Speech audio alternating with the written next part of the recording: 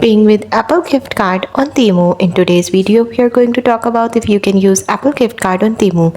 So suppose you want to pay on Temu using your Apple gift card. So what you have to do is you have to make sure you have a Apple Mastercard which you can use at the Temu. You want directly be able to use your Apple gift card for Apple Money.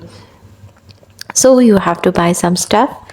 First of all, you need to make sure your Mastercard are you have a Mastercard. After having Mastercard, you just have to be at App Store, and App Store you have to click on the profile icon, and in the profile icon you will see the payment option.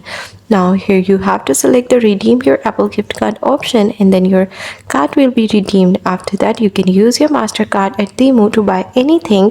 You just have to select any of the product, and in the checkout section you will see payment method. You just have to select Apple gift card as your payment method, and that's how you will be able to pay with Apple gift card on Temu.